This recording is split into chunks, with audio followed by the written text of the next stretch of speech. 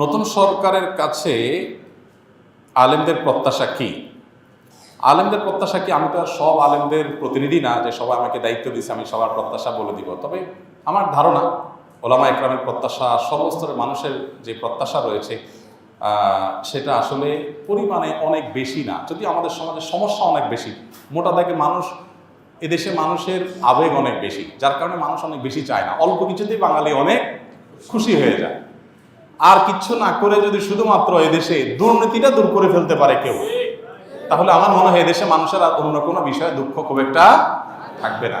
যদি দুর্নীতি মুক্ত সমাজে কোথাও কোনো টাকা লাগবে না, মামু খালু লাগবে না, হাই হ্যালো লাগবে না, সবার জন্য একরকম নিয়ম থাকবে, এটা যদি করা যায়, অর্থাৎ অবিচার, বৈষম্য, জুলুম, চাঁদাবাজি, ঘুষ, এগুলোকে যদি জাদুঘরে পাঠিয়ে দেওয়া যায়, এগুলো যদি করতে দেওয়া না হয়, জিরো টলারেন্সে যাওয়া হয়, এটা যদি প্রতিষ্ঠা করা যায়, আমার মনে হয় এই সরকারের কাছে, নতুন সরকারের কাছে মানুষের এর চাইতে আরো অনেক ডিমান্ড আছে, কিন্তু এর চাইতে বড় ডিমান্ড আমার মনে হয় আরেকটা নাই। দেখুন, আমি প্রায় সময় বলি 50 বছরের বেশি সময় হয়ে গেছে আমরা দেশটাকে স্বাধীন করেছি, আমাদের বাবারা চাচারা স্বাধীন করেছেন। তো 50 বছরের বেশি হওয়ার পরও এই দেশে এতগুলো সরকার আসছে গেছে, কোনো সরকার এদেশের মানুষের খাবার, মুখের খাবার এবং পানীয়টাকে নিরাপদ করতে পারে নাই। পৃথিবীর বিভিন্ন দেশে আপনারা যাবেন, যারা বিভিন্ন দেশে গেছেন, আপনি পানি পান করবেন, পানি পানের যে ব্যবস্থাপনা একটা রাষ্ট্রে সব জায়গায় আছে, 100% সেফ, নিশ্চিন্তে আপনি পানি পান করতে পারবেন। আমরা যখন বাইরে যাই, আমাদের দেশে দোকানে গেলে, মুদি দোকানে গেলে একটা কেকের প্যাকেট, একটা বনের প্যাকেট বা একটা আপনার ফাস্টফুড আইটেম, এটা মুখে দিতে আমরা 10 বার চিন্তা করি। আর রাস্তার পাশে যে সমস্ত চটপটি বানায়, এটা বানায়, এগুলো খাইতে আমাদের 10 বার চিন্তা হয় যে না জানে কি দিয়ে রাখছে, না জানে কিভাবে তৈরি করছে, তাই না? নিরাপদ খাদ্য, নিরাপদ পানি, এটুকু মানে শুধু একটু পানি পান করবে মানুষ, এইটুকু নিরাপদ 50 বছরে কোনো সরকার করতে পারে নাই। কিন্তু আপনি বাহিরে যাবেন, অবাক হয়ে যাবেন, থাইল্যান্ডের রাস্তা রাস্তা যে আপনার স্ট্রিট ফুড আছে, 100% টেনশন মুক্তভাবে আপনি খেতে পারবেন, কোনো টেনশন নাই যে এগুলো অন্তত হেলদি। হালাল হারাম এর ব্যাপার আছে, সেটা ভিন্ন বিষয়, কিন্তু একেবারে টেনশন মুক্ত হেলদি, অর্থাৎ এটা তারা নিশ্চিত করছে কেউ কোনোভাবে এগুলোতে কোনো অন্যায় করতে পারে না। আর আমাদের এখানে পুলিশে কিছু টাকা দিয়ে দিতে পারলে সব হালাল, আর পুলিশের টাকা না দিলে হালাল জিনিসও কি হারাম হয়ে যায়, দৌড়ের উপরে থাকা লাগে। তো এই পরিস্থিতির অবসান হওয়া দরকার। 50 বছরের বেশি হয়ে গেলেও আমাদের পরে যারা স্বাধীন হয়েছে সে সমস্ত দেশে আমাদেরকে চাকর হিসাবে নেওয়ার জন্য আমাদের মন্ত্রীরা গিয়া ধর্ণা দিয়ে বসে থাকা লাগে যে আমাদের দেশে কিছু চাকর হিসাবে নেন, অন্তত ভিসা দেন। এটা আমাদের জন্য লজ্জা।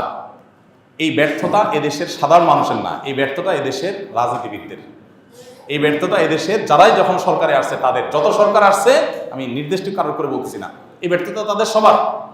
আমাদের অনেক সীমাবদ্ধতা আছে, খনিজ সম্পদ নাই, অনেক কিছু নেই, আমরা জানি, কিন্তু এদেশের মানুষের মধ্যে প্রচণ্ড কর্মস্পৃহা আছে। আমি 10 বছর প্রবাসে ছিলাম, আমি জানি, আমি কাছে থেকে দেখেছি, অন্য অনেক দেশে মানুষের চাইতে বাংলাদেশি প্রবাসীরা কাজের প্রতি অনেক বেশি আন্তরিক।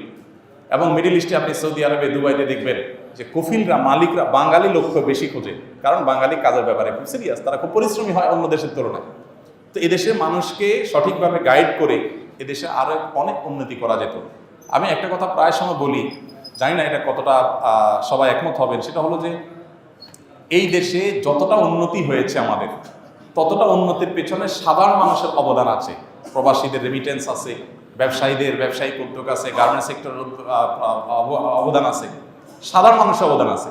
সরকারগুলোর আসলে সেখানে উল্লেখযোগ্য, ছোটোখাটো তো আছেই, উল্লেখযোগ্য কোনো ম্যাসিভ লেভেলের অবদান সরকারের, কোনো সরকারেরই, বরং দুর্নীতির মাধ্যমে, অপশাসনের মাধ্যমে আমরা যতটুকু পিছিয়ে আছি, এগুলো সবগুলো ভাগে যোগে সব সরকারই কম বেশি করছে, সোজা কথা। অতএব নতুন সরকারে যারা আসছে, আমার মনে হয় তাদের প্রতি যে ডিমান্ডগুলো আছে, এর ভিতরে 1 নম্বর হলো সংখ্যালঘুদের নিরাপত্তার ব্যাপারে এই দেশে মানুষ খুব কনসার্ন। আশেপাশের অন্যান্য দেশের তুলনায় আমাদের দেশে সংখ্যালঘু নির্যাতন তাদের তুলনায় অনেক কম হয় আলহামদুলিল্লাহ, কিন্তু সেটাকে আরও আমরা কমে আনতে চাই, আনা উচিত আমাদের। সে ব্যাপারে সচেষ্ট থাকার পাশাপাশি এদেশের সংখ্যা, যেই ধর্মের মানুষ সবচেয়ে বেশি মুসলমান, তাদের চিন্তা চেতনা, তাদের বিশ্বাস, ধ্যান ধারণা যেন সরকারের সিদ্ধান্ত, তাদের কথায় কাজে যেন প্রতিফলিত হয়। এদেশের মানুষ কথায় কথায় বিসমিল্লাহ বলে, কথায় কথায় আল্লাহর নাম বলে। এখন এদেশের শাসন যারা করবেন তাদের মুখে যদি সেগুলো না আসে, তাহলে সেটা কখনো জনগণের আশা আকাঙ্ক্ষার প্রতিফলন হতে পারে না। অতএব প্রথমত তাদের কাছে আমাদের চাওয়া হলো, আলেম সমাজ বা আমার একজন আলেম হিসাবে আমার চাওয়া হলো যে সংখ্যালঘুদের নিরাপত্তার ব্যাপারে আলহামদুলিল্লাহ এদেশে মানুষ খুবই দায়িত্বশীল, সহাবস্থানে বিশ্বাসী। দেশে দাঙ্গা বলতে যেটা বোঝায় ধর্মীয় দাঙ্গা, আশেপাশে সব দেশে হলেও এদেশে আলহামদুলিল্লাহ কখনো উল্লেখযোগ্য সেরকম কোনো দাঙ্গা হয়নি। ছোটখাটো যে ঘটনাগুলো ঘটছে সেগুলো কমাতে হবে, সচেষ্ট থাকতে হবে। তার পাশাপাশি সংখ্যাগরিষ্ঠ মানুষ যে মুসলমানরা আছে তাদের চিন্তা চেতনা, তাদের আদর্শ বিশ্বাস, এটার প্রতিফলন যেন সরকারের সকল কাজে কর্মে পদক্ষেপে হয়, এ ব্যাপারে তাদেরকে সতর্ক থাকতে হবে। দ্বিতীয়ত যে প্রত্যাশা তাদের কাছে সেটা হলো জুলুম, চাঁদাবাজি, পেশি শক্তির যে অপব্যবহার, এটার কারণে যে আমরা অতিষ্ঠ, সেই বিষয়টাকে তারা যেন দূর করতে পারে। ধরুন আমাদের সমাজে এই যে জুলুম, চাঁদাবাজি, এগুলোর কারণে কি হয় আপনারা সবাই জানেন। একটা সবজি উৎপাদন করে যে গ্রামের কৃষক, ওই বেচারা সেটার যে দাম পায়, শহরে আসার পর সেটা যে বিক্রি হয়, এখানে গ্যাপ বা ব্যবধানটা আকাশ আর পাতাল। কৃষক হয়তো কেজি 2 টাকা, 3 টাকা, 5 টাকা পাচ্ছে, আর ঢাকা এসে সেটা বিক্রি হচ্ছে 40 টাকা, 50 টাকা, 60 টাকা। এত বড় গ্যাপ কেন হচ্ছে? আমরা সবাই জানি কেন হচ্ছে। চাঁদাবাজির কারণে হচ্ছে। রাস্তা রাস্তা ট্রাক থামায় থামায় চাঁদাবাজি, সব পর্যায়ে আড়তে চাঁদাবাজি। এই চাঁদাবাজি করা মানুষদের সংখ্যা তো অনেক বেশি না। যদি কোনো সরকার সিরিয়াস হয় যে আমরা এগুলো বন্ধ করব, তাহলে কৃষকও বেশি দাম পাবে, আবার ভোক্তাও অনেক বেশি দামে কিনতে হবে না। একটা ভারসাম্য ভাব আসবে। অতএব এই যে কোনো মূল্যে জুলুম, চাঁদাবাজি এবং পেশি শক্তির অপব্যবহার, এটা বন্ধ করতে হবে। এটা হলো একটা বড় প্রত্যাশা।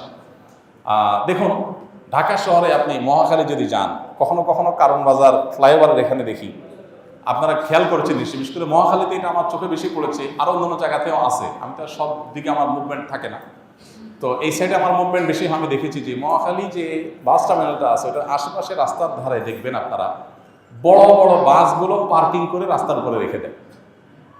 সন্ধ্যা সারাদিন ট্রিপ মেরে এসে সন্ধ্যার পরে পার্কিং করে, সকাল পর্যন্ত পার্কিং থাকে। এখন আপনি রাত 8টা 9টা বাজে যদি ওই রোডে যান, দেখবেন বিশাল জ্যাম। কেন জ্যাম হয়েছে? কারণ রোডের অর্ধেক 3 লাইন পার্কিং, 3 লাইন কি করছে? বাস পার্কিং করে ধুয়ে দিছে, সকাল পর্যন্ত এটা পার্কিংয়ে থাকবে। তো জনগণের ট্যাক্সের টাকা রাস্তা হয়েছে, যেই বাস কোম্পানি ব্যবসা করতেছে, এটা কি তার পার্কিংয়ের জন্য আমরা টাকা দিয়ে রাস্তা তৈরি করেছি? কোটি কোটি টাকা দিয়ে তুমি বাস কিনতে পেরেছো, তোমার বাস রাখার জন্য পার্কিংয়ের জায়গার ব্যবস্থা কেন করতে পারো নাই? পারে নাই এই জন্য যে এখানে সে গায়ে রাখার বিনিময়ে এখানে যারা দেখবে, দেখভাল করবে, সে পুলিশদেরকে চাঁদা দিয়ে ম্যানেজ করে ফেলছে। কত টিভিতে এটা নিয়ে নিউজ হয়েছে, কিন্তু এটার কোনো অবসান হয় নাই। সিএনজি আলাদেরকে দেখবেন যে মান্থি কে না জানে, এগুলো ওপেন সিক্রেট। মান্থি জানেন না আপনারা? যে মাসে মাসে চাঁদা দেয় পুলিশ অফিসারকে, তার কার্ড থাকে, যে কোনো জায়গায় দেখলে ছেড়ে দেয়। মানে জুলুম, চাঁদাবাজি এগুলো এত খুল্লুম খোলা হয়ে গেছে যে এটা সমাজের রন্ধ্র হয়ে গেছে। অতএব আমার মনে হয় অন্যান্য মানুষের মতো আলেমদের প্রত্যাশা হলো যে জুলুম, চাঁদাবাজি এবং পেশি শক্তির ব্যবহার বন্ধ করা। প্রত্যাশা হলো দুর্নীতির ব্যাপারে জিরো টলারেন্সে যাওয়া। কোনো অফিসে, আদালতে, কোথাও যে মানুষের যাতে পেরেশানি পোহাতে না হয়, যে মামু খালো ছাড়া কিছু হবে না, হাই হ্যালো ছাড়া কিছু হবে না, এরকম যেন না হয়। সবার জন্য যাতে সমান সুবিধা থাকে। আমাদের দেশটা অনেক গরিব, অনেক দিক থেকে আমরা পিছিয়ে আছি, নিশ্চয়ই আমরা জানি সেটা, কিন্তু যেটুকু হবে সবার জন্য সমান হোক। কারণ মামু খালু আছে তার জন্য সব হবে, আর যার মামু খালু নাই, হাই হ্যালো নাই, টাকা পয়সা নাই, তার জন্য কিছুই হবে না। এটা যেন না হোক, এটাই হলো প্রত্যাশা। আর সর্বশেষ বিষয় হলো যে বিশেষভাবে নিরাপদ খাদ্য, নিরাপদ পানীয়, যেটার কথা আমি বলছিলাম, নিরাপদ ঔষধ, নিরাপদ খাদ্য, নিরাপদ পানীয়, নিরাপদ ঔষধ, এই তিনটাতে নিশ্চিত করা। দেখুন যেই ঔষধের মাধ্যমে মানুষ বেঁচে থাকবে, ট্রিটমেন্ট করবে, আমি নিজেও জানতাম না এক সময় যে ঔষধের ক্ষেত্রে এত 2 নম্বরই হয়, যে নকল ওষুধ নাকি হয়। তাহলে একটা মানুষ যে ওষুধ খেয়েছে সুস্থ হবে, উল্টা ওই ওষুধ খেয়ে সে আর মরে যাচ্ছে। বাংলাদেশের বহু গ্রামে, আমি আমার গ্রামের কথা বলি, আমার গ্রামে, লক্ষ্মীপুরের আমার গ্রামে, শুধু আমাদের বাড়িতে 8 জন মানুষ ক্যান্সারে মারা গেছে। আমার বাবা নিজে ক্যান্সারে মারা গেছে, আমার হাতের উপর দিয়ে চটপট করতে। আমার চাচারা কয়েকজন মারা গেছে, চাচাতো ভাইয়েরা কয়েকজন মারা গেছে। কেন? খবর নিলাম যে পানি যেটা খায় পুরা গ্রামের মানুষ, এটা ক্যান্সারের কারণ। আর্সেনিক আছে, আরও অন্য বিষয় আছে, যেগুলোর কারণে এখান থেকে ক্যান্সার হয়ে যাচ্ছে। সাতক্ষীরার একটা গ্রামের মানুষকে নিয়ে দৈনিক পত্রপত্রিকা নিউজ হয়েছে যে একটা গ্রামের মানুষ মরে, অনেক মানুষ মারা গেছে শুধুমাত্র পানি বিশুদ্ধ না থাকার কারণে, পানিবাহিত অসুবিধার কারণে। আমার নিজের বাসায় এই যে কয়দিন আগে পরপর 3 জন জন্ডিসে আক্রান্ত হয়ে চরম অবস্থা হয়ে গেছে, মরণাপন্ন অবস্থা হয়ে গেছে। পরে চেক করে দেখা গেল সমস্যা পানিতে। তো খাদ্যে ভেজাল, এটার কারণে কিডনি শেষ হয়ে যাচ্ছে। আমাকে এক ডাক্তার বলেছেন যে বাংলাদেশের যতগুলো ডায়ালাসিস মেশিন আছে হসপিটালগুলোতে, এগুলোর একটাতে আপনি দেখবেন স্লট খালি নেই। এত পরিমাণ কিডনি রোগী হয়েছে এদেশে যে একটাতেও কি নাই, স্লট খালি নাই। অসাধু ব্যবসায়ীরা খাদ্যের মধ্যে ভেজাল দিয়ে দিয়ে আমাদের কিডনি শেষ করে ফেলতেছে। ক্যান্সার রোগী ঘরে ঘরে হচ্ছে। হার্টের রোগী এত বেশি যে হার্টের অসুবিধার কারণে, হার্ট অ্যাটাকের কারণে মানুষের মৃত্যু বরণটা এখন ডাইভার্ট হয়ে গেছে। এখন এগুলোর জন্য দরকার কি? আমাদের পানীয়, আমাদের খাদ্য এবং ঔষধ, এই তিনটাতে ভেজাল করলে সর্বোচ্চ শাস্তি মৃত্যুদণ্ড রাখা উচিত। কারণ আপনি এগুলাতে ভেজাল দিয়া মানুষকে মৃত্যুর মুখে ঠেলে দিচ্ছে, এটা মানুষ হত্যার কাজেই করতেছেন। অতএব এবারে সর্বোচ্চ টলারেন্স রাখা উচিত, কোনো চেহারা না দেখে যে মানুষের খাদ্যে ভেজাল দিলে। আমরা দেখি ভেজাল বিরোধী অভিযান হয়, ম্যাজিস্ট্রেট যা এটা হয় সেটা হয়, আরে রং মিশাই দিয়ে আমাকে শেষ করে ফেলতেছে, আমার কিডনি শেষ, ড্যামেজ হয়ে যাচ্ছে, আমার হার্ট শেষ হয়ে যাচ্ছে, ক্যান্সার হয়ে যাচ্ছে, আর জরিমানা করতেছে 50,000। আরে 50,000 টাকা তার জন্য কোনো ব্যাপার নাকি? এই জন্য আইনের পরিবর্তন হওয়া দরকার। ম্যাজিস্ট্রেট তো আর কিছু করার নাই, তিনি তো আইন আলোকেই কাজ করছেন। আইনের পরিবর্তন হওয়া দরকার। নিরাপদ খাদ্য, নিরাপদ পানীয়, নিরাপদ ঔষধ, এটা নিশ্চিত করতে হবে যদি আমাদের বাঁচতে হয়। এত রোগী আমাদের দেশের, কোটি কোটি টাকা প্রতি বছর আপনারা পত্রপত্রিকা দেখেন, ইন্ডিয়াতে যায় ঢেলে আসে, থাইল্যান্ডে যায় ঢেলে আসতে হয়। কেন? কারণ দেশের চিকিৎসা ব্যবস্থা সেরকম উন্নত হয় না। চিকিৎসা ব্যবস্থার প্রতি এদেশে কি হয়েছে আমাকে বলেন? 50টা বছর ধরে যেটা হয়েছে, একেবারে হয় না তেমন বলবো না, কিন্তু যেগুলো হয়েছে তার চাইতে বহুগুণ বেশি হতে পারত। অপশাসন যদি বন্ধ হতো তাহলে মানুষ অন্তত এই জিনিসগুলো পেতে পারত। তো আমার মনে হয় মানুষের যে নাভিশ্বাস হয়ে গেছে, এই অবস্থা থেকে দূরের জন্য মোটা দাগে এই যে পয়েন্টগুলো আছে, দুর্নীতির বিরুদ্ধে যদি জিরো টলারেন্সে যাওয়া হয়, ধর্মীয় বিষয়ে যে আপনার সাধারণ মানুষের চিন্তাধারার বিরুদ্ধে চিন্তাধারা মানুষের মধ্যে পুশ করার অপচেষ্টা করা হয়, এটা খুবই ভয়ঙ্কর একটা বিষয়। এটা যে কোনো একটা মুহূর্তে আপনার করতে করতে মানুষের ক্ষোভ চরম আকারে পৌঁছে আপনার সেটা ব্লাস্ট হতেও পারে। এই জন্য বিষয়ে সর্বোচ্চ সাবধান থাকতে হবে। সেই সাথে জুলুম, চাঁদাবাজি বন্ধ করা, দুর্নীতির ভিতরে জিরো টলারেন্সে যাওয়া, নিরাপদ খাদ্য, ওষুধ এবং পানির ব্যবস্থা করা। আল্লাহ তাআলা আমাদের যারা দায়িত্ব নিয়েছে নতুন করে, তাদেরকে আল্লাহ তাআলা সেই শক্তি সামর্থ্য দান করুন। তারা যদি ফেল হয়ে যান তাহলে দেশে মানুষের যাওয়ার আর কোনো জায়গা হয়তো থাকবে না। আবার ঘুরে ফিরে আগের যে গড্ডালিকা আছে ওইটাতে মানুষের ঢুকতে, আপনার স্বামীর জন্য সেই মেয়েকে দেখা জায়েজ হবে না।